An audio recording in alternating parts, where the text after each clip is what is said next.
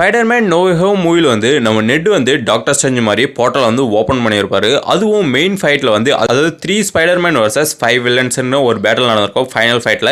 இந்த ஃபைட்டில் வந்து நம்ம ஸ்பைடர்மேன் கிட்ட அந்த மேஜிக் பாக்ஸை வாங்கின உடனே நம்ம நெட் வந்து அவரோட ஹோம் பேஜுக்கு அதாவது ஹோமுக்கு வந்து போகிற மாதிரி ஒரு போர்ட்டலை வந்து ஓப்பன் பண்ணியிருப்பாரு. அதுவும் கரெக்டாகவே அந்த போர்ட்டல் வந்து ஓப்பன் ஆயிருக்கும். அந்த போர்ட்டலை க்ளோஸ் பண்ணுறதுக்கு எவ்வளவோ ட்ரை பண்ணியிருப்பாரு. இருந்தாலும் அந்த போர்ட்டல் வந்து க்ளோஸ் ஆகிருக்காது.